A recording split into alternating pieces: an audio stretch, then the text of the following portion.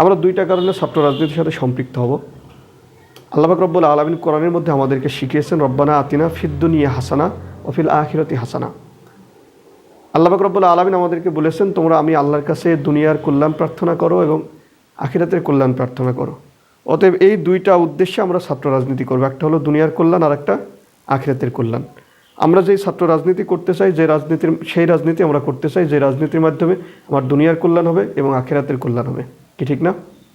ছাত্র রাজনীতির প্রথম চ্যাপ্টার যদি আমরা দেখি, দুনিয়ার কি কি কল্যাণ হবে।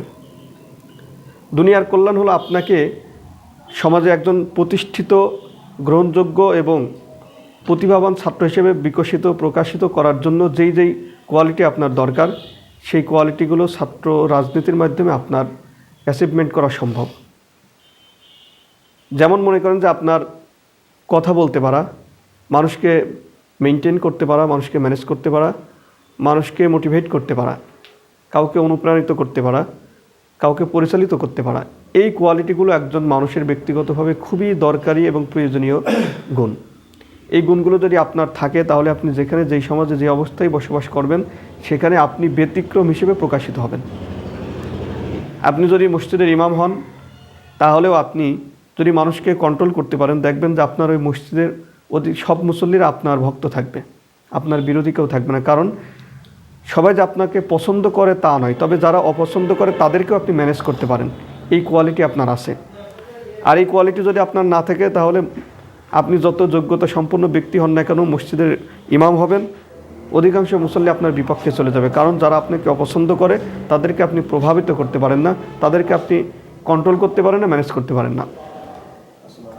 এরপরে যদি আপনি শিক্ষকতা করেন, তাহলে দেখবেন যে শিক্ষকতার সেক্টরে প্রমোশন হয়। কি প্রমোশন হয় না? একটা শিক্ষা প্রতিষ্ঠানের প্রধান কিন্তু একবারে সরাসরি নিয়োগ হয় না। জুনিয়র শিক্ষকদের ভিতর থেকে আস্তে আস্তে প্রমোশনের মাধ্যমে জুনিয়র শিক্ষক একসময় সিনিয়র শিক্ষকে রূপান্তরিত হয়। তো স্বাভাবিকভাবেই একটা প্রতিষ্ঠানে যদি 30 জন টিচার থাকে, তাহলে 30 জন তার প্রিন্সিপাল হতে পারে না। কি পারে নাকি? এর ভিতরে কিন্তু একজনই প্রিন্সিপাল হয়, যিনি বাকি 29 জনের ভিতরে ব্যতিক্রম হিসেবে নিজেকে উপস্থাপন করতে পারে, প্রমাণিত করতে পারে। সেই কিন্তু বাকি 29 জনকে পিছনে ফেলে সে একসময় প্রিন্সিপাল বা প্রধান শিক্ষকের জায়গায় বসতে পারেন। তো এই জায়গায় আপনার বিশেষ দক্ষতার দরকার হলো যে আপনি বাকিদের ভিতরে নিজেকে অনন্য, নিজেকে ব্যতিক্রম প্রমাণ করতে পারা। এই ব্যতিক্রম প্রমাণ করতে পারার অন্যতম একটা চর্চা হলো ছাত্র রাজনীতি।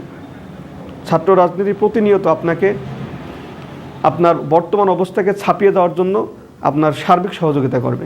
আপনি এখন যে অবস্থানে আছেন, এই অবস্থান থেকে আপনাকে ছাপিয়ে এগিয়ে নিয়ে যাওয়ার জন্য আপনাকে সার্বিক সহযোগিতা করবে ছাত্র রাজনীতি।